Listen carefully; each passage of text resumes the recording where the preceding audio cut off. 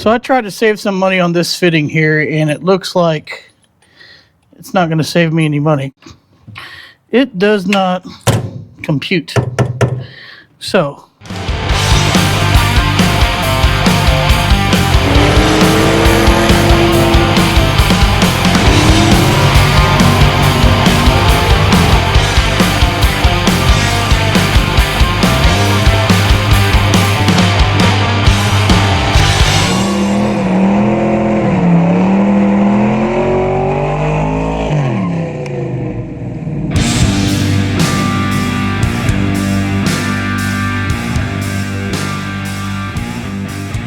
well, happy Tuesday, I believe it is.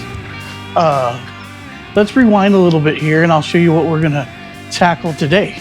A couple videos ago, if you go back and look, or I'll put in the description, we found out that my cobbled together fuel system, which is, you know, in this area here, the factory fuel level sender for the Dakota is not working. So it doesn't show up on the Holley dash that I have,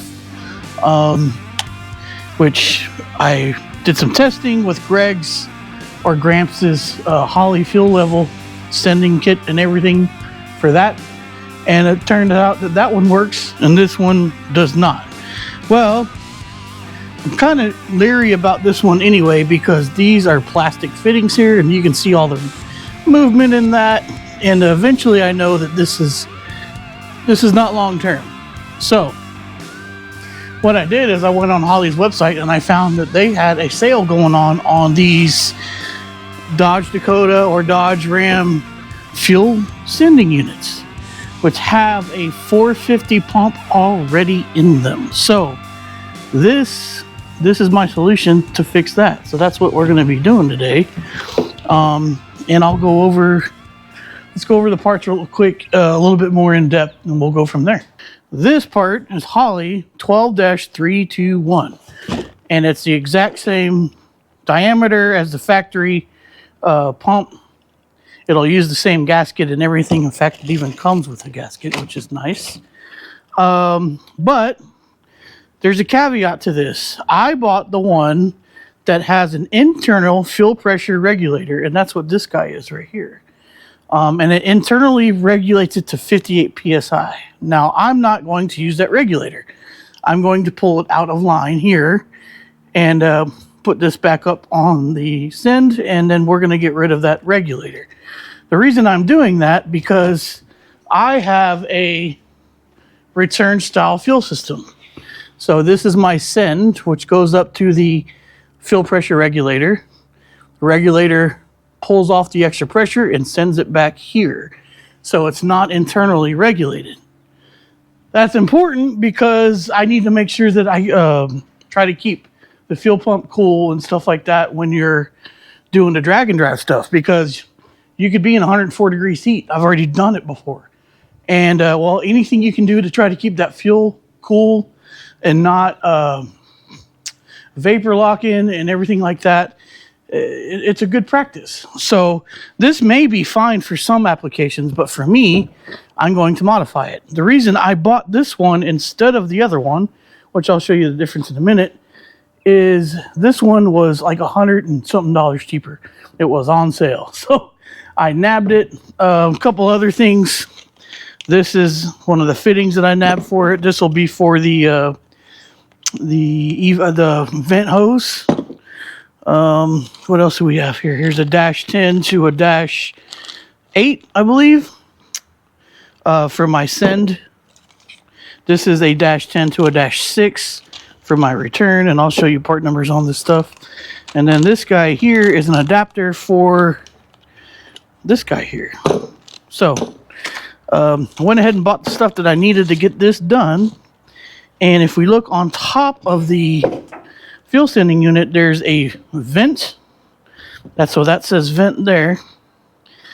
This one says out, so that's your send, and this one says return. So all you have to do is pull that guy out and put my new fitting in. So there is that.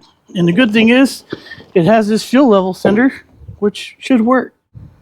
So this this is a fuel sender from Gramps, and it's 12-322, and it already comes with the return.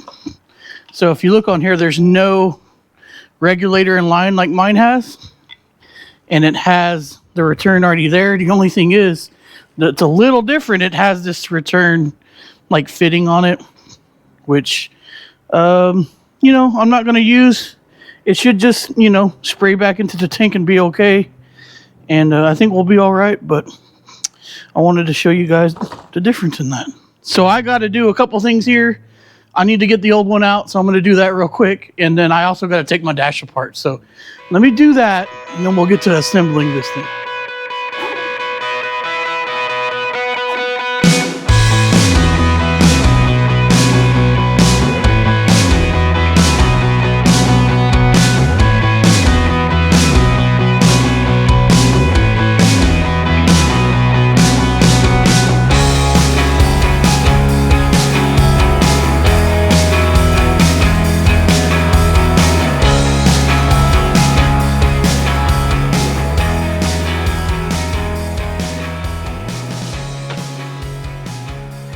Well, I've been sitting here rewiring my dash because when I hit the starter, it resets. And that's kind of a known problem for these Holley dashes, which for some reason this one didn't want to fire up this time.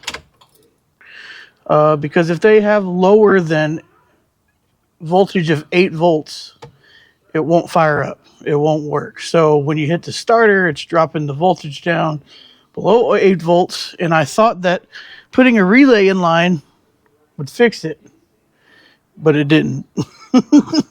So I have to figure out another way to get probably some voltage back to the battery. But I'm not worried about that at the moment. But I did want to show you guys in here. Here we go. You'll see that right there. That's the fuel level. And it's, let me turn this light off. That'll help. Fuel level's at 10 right now. And if you look at my fuel sending unit, I have it all the way down to 0. So I'm going to move it halfway, and then we're going to watch this guy here and see where he goes. And he's going up like we want. Stopped at 53. That's pretty accurate. Let's go to 75, right? 75-ish. Let's see what that does there. And that's looking pretty good. 68, well, I'm going to move it a little bit more, get to 75 if I can, right? There you go. There's 75, 77, 78.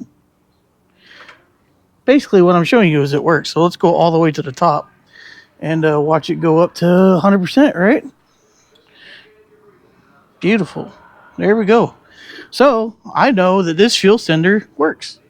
So now that we know that it works, let's go ahead and get to installing it, which is the procedure that is next. Sometimes the most simple things seem to take forever.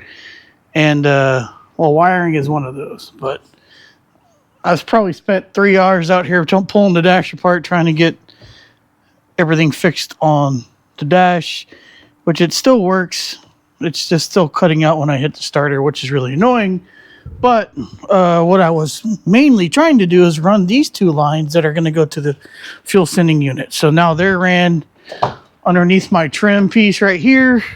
They go through a grommet and out and down. And right now they're just going to hang out here because I need to get to installing this fuel hat. So first thing I'm going to do, I think, is we're going to just go ahead and install the fittings. So let me get it out, get it set up. We'll install those fittings, and then we'll go from there. To remind you guys, again, I bought a returnless style, which means it doesn't have a return line set up in it originally. But I'm going to convert it to a returnless, to a return style. So we're going to pull these things out. This is the return. So I am going to use this. If you're using a returnless one, you would not need to do this. So I'm going to pull this plug out, which is dash 10, and then this vent I'm also going to pull out. So there, I think that's a dash 12. That's a big guy. Now we're going to get into installing our fittings if I can find them. So all of these fittings are ORB fittings, which means O-ring barb, maybe, or O-ring base, I think, maybe. So this is an adapter fitting. And what this is an adapter from a dash 12 to a dash 10. And the reason you'll see that I bought this one, which is a Vibrant Performance 16840. I'm going to get a little bit of motor oil here, lube up this O-ring. Never a bad idea to lube them up. And this is actually going into the vent line, because this is the combination that I found is going to work for me. And I get to use my new cool wrenches, which that's like an in-between size, which is really interesting. Okay, well, this doesn't have to be super tight, so I'm not going to kill it. Oh, there it is. I'm such an idiot sometimes. But I got an adjustable one. Yep. Alright, well that ain't going nowhere now. We should be good to go. And now, we're going to put the vent on. Comes with a little hose clamp for you too. But this is for our fuel vent that goes to the gas tank. So, put this guy on here.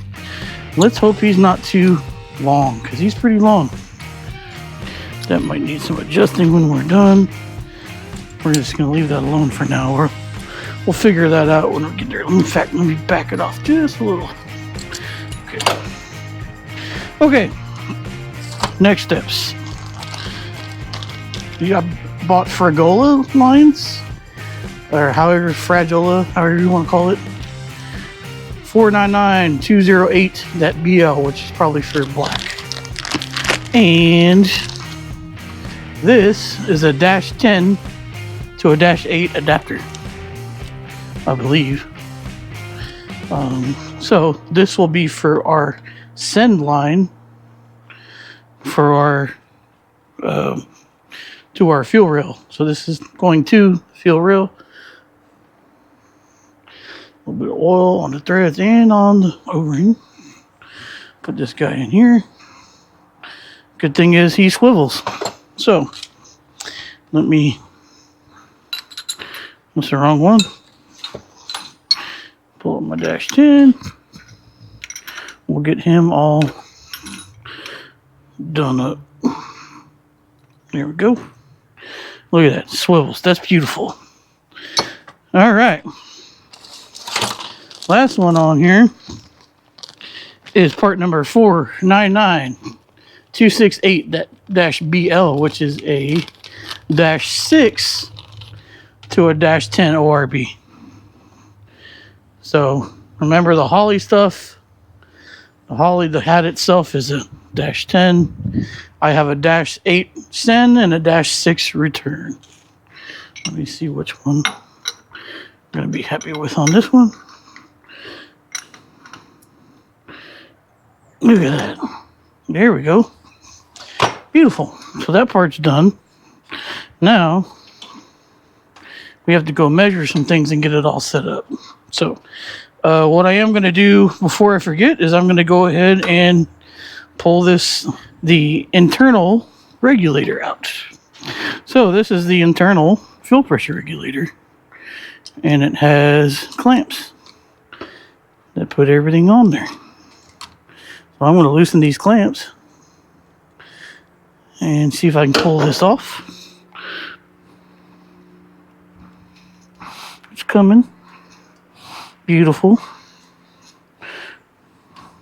There we go. Now I'm going to pull this side off if I can.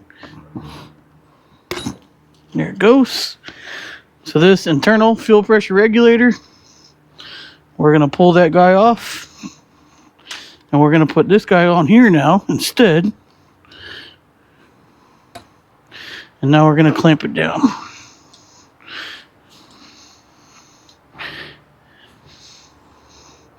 You probably don't have to do this. I'm just doing this because this thing was $100 cheaper than the other one.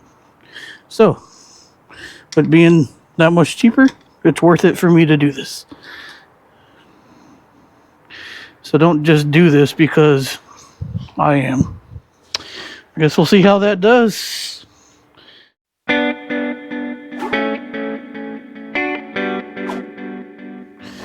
Next up, some measuring. So we want to measure from the bottom of the tank to the very top of this rail right here, which is going to be kind of hard to do. 13 on that side, 13 and a quarter, 3/16 or so. All right, a couple more things to prep here. The measurement we got was 13 and 5/16 when it was all said and done, and I really got in there and put an eye on it. So it says put the gasket on, which comes with it, and it's easy. Just kind of slides on just like that. Wasn't too difficult, right? You want to get it flush to the mounting surface because this right here, this ledge right here, that's going to be our measuring surface. So we want to get it all done down on there. And now it says go ahead and put your arm on, but I'm not going to do that until we're just about done. The next thing it says that we should do is install our hydromat. So this is really, really cool. This is going to help make sure the truck doesn't starve from fuel. Let me see the orientation I need it to go in. So this should go in the tank like this. Well, we want the fuel flow to go towards the back. So that should be the way to go right there. Because when you accelerate, the fuel's going to slosh towards the back. You want more of that hanging out in the back. I'll pull this little cap off here with my teeth. And the fuel level gauge is going to go straight that way in the truck so it can read appropriately. So let's see if we can get this in here. I just had to kind of muscle it down just a little bit more, and it's real hard to see, but you can see there's a locator pin right there, and you want that all the way flush on the bottom there. So we're good. Now, if we need to rotate this any, we can by loosening up the clamps for the fuel pump, which we're going to have to do anyway because we're going to have to lengthen it a little bit. So this will be hard for you guys to see because I just can't get the camera set up. But basically, we want to measure from the mounting surface here, which is this lip, to the very bottom of the hydromat. And I'm looking at it now, and we need to increase this a little bit here. Right now we're at 12 and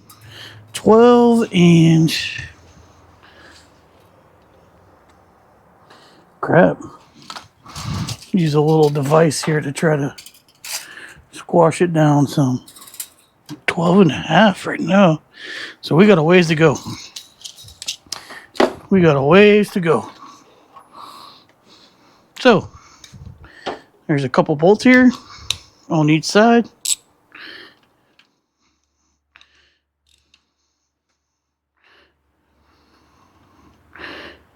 This one needs to come out some more, that's why. All right. Ooh, that's a lot.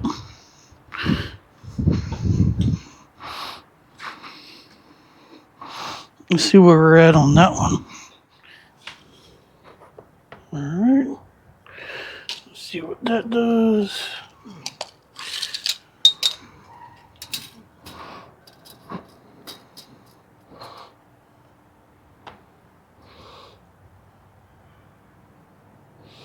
That's about 13 1/8.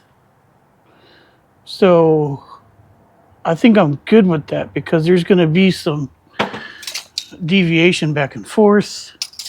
This is a little spongy as well. So I think we're good since it was 13 5/16 before. And I don't want it exactly that. I want this to be flush so we can have a good seal. So if we go to 13 1/8, that's only 3/8 difference, right? So that's not too bad. I think something like that. I may be wrong in the math, but I think it's right. So we're going with it. We're going with it. All right, one last thing to do. We're gonna install the fuel pump level rod, leveler, whatever, float. The gas gauge basically is what I'm getting at. And it shouldn't be too hard. There's this black thing right here, and on the back you can feel little indents that you can push in to pull out. So this thing comes out just like that. It looks like this. You just push in on these sides. Then this is your pilot. The pilot goes in. Oh, I'm gonna have to be careful here because of the vise. All right, let's try that again. Goes in, it snaps in, and then we put our lock back on so it doesn't fall up. Of course we do. We drop it first, and that way, you know, you can't make things easy on yourself. You gotta struggle with everything in life. All right, so that's done. Let's go put it in the truck.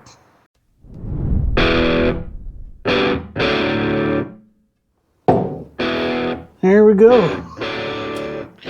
So your fuel level sender should be oriented to where it's back and forth like this. So if we get everything in here like it's supposed to be, there we go. I'm gonna put the gasket down. It said put the gasket in place, but I have better luck with it on the pump itself. You just have to kind of be able to work it around.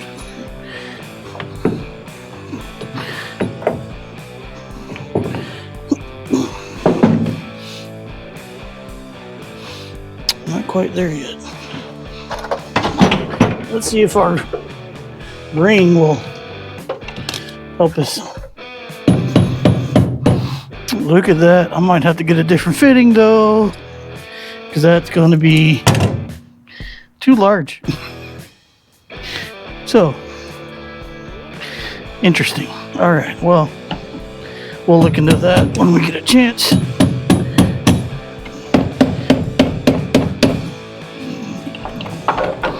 No, it didn't go all the way down. So I wonder if I'm bottomed out here.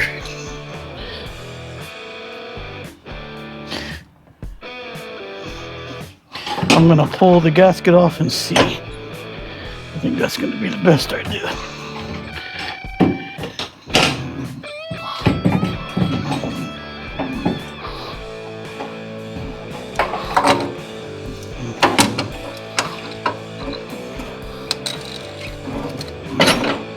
Let's see if it'll sit flush without the gasket.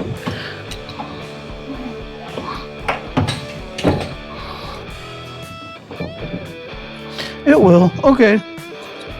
All right. Well, I guess we'll put that gasket in place and then try it the other opposite way around. Oh, it's just barely hitting the deal there. I think with the gasket in between there, we're going to be just fine, which is good. I'm kind of glad I figured that out. This hydromat is supposed to be killer. So, I mean, I'm glad we got it, but it's making a messy installation. Fighting me.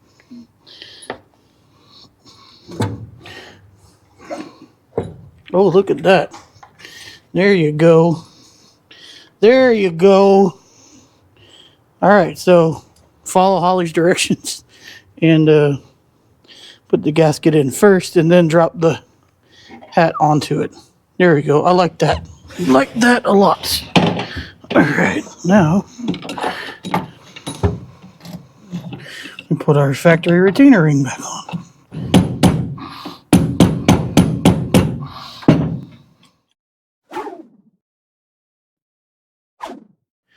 Okay, I'm all done. All the wiring's done. Most of this is pretty simple.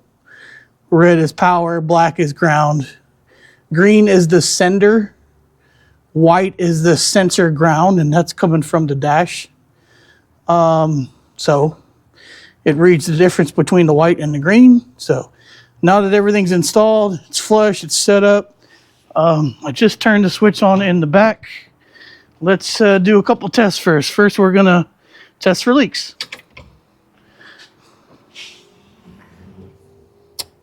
All right, we're gonna do that again because it just pulled up fuel.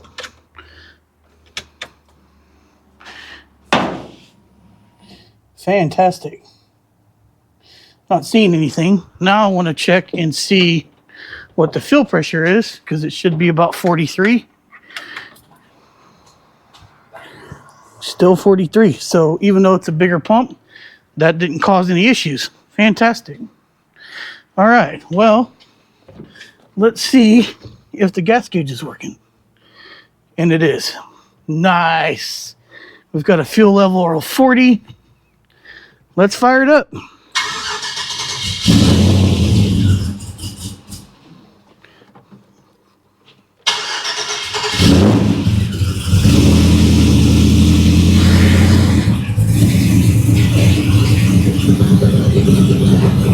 No leaks. No leaks. Man, this is a simple. Once this is done, this is awesome. I have to get a different fitting, like I said. This is temporary. If I have to just close it like that for now, I can, but I'm going to order this as soon as possible. And yeah, we got a fuel level. We're all done, guys. How about that? That's awesome. Awesome, awesome, awesome.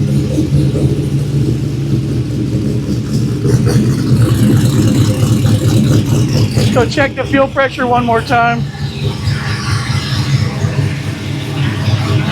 Still 43.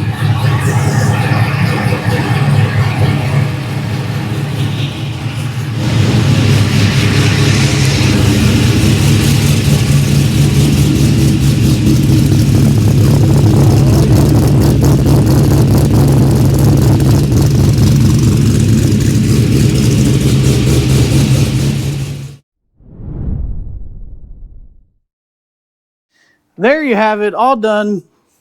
Took me a little bit longer than I wanted to because I was trying to get that dash to do what I wanted to, and it's not. But it's awesome. Awesome, awesome, awesome. Still no leaks. Fits like a glove. Can't believe I scratched the top of it a little bit, but it's okay. The fuel gauge is working. That's a wrap. That's what we were after. So you got a Dodge truck, a Dakota. This is Gen 1, Gen 2. I think this stuff goes all the way up till, I don't know, 2000 something. There are 2 different units. Actually, there's 4 different units. 2 have a return style fuel system. 2 do not. 2 have the right amperage for the stock gauge on a earlier truck for the fuel level.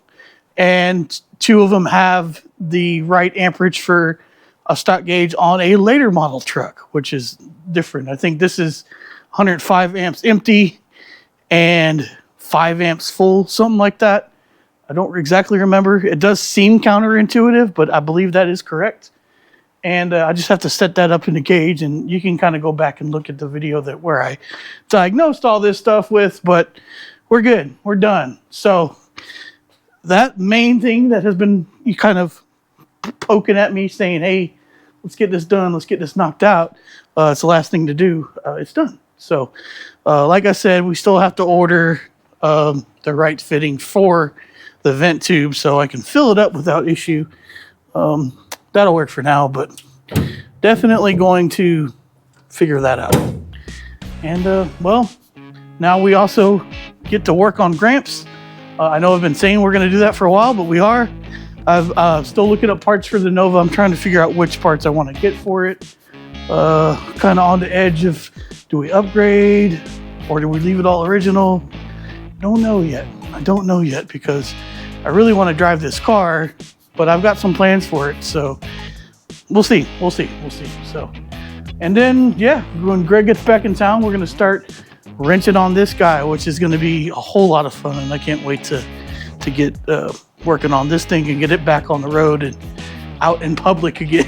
So got a lot of stuff. If you're new to the channel and you like what we're doing, please consider subscribing. We'd love to have you hang out with us. We got a pretty good community going so far. For everybody else that already has subscribed, thank you guys so much. I say that all the time and I mean it from the bottom of my heart. You guys are awesome, especially when y'all interact. So right now we're almost close to 5,000 subscribers, which again, thank you.